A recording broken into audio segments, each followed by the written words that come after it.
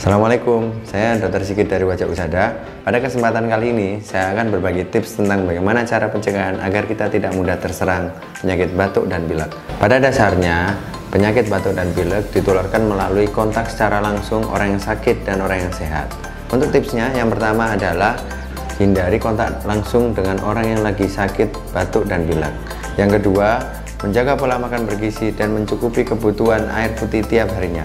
Yang ketiga, olahraga cukup setiap harinya minimal 30 menit pada pagi hari. Yang keempat, menjaga pola istirahat cukup setiap harinya. Dan yang kelima, mencuci tangan setiap mau akan melakukan sesuatu dan setelah melakukan sesuatu. Sekian tips pada kesempatan kali ini, semoga bermanfaat. Wassalamualaikum warahmatullahi wabarakatuh.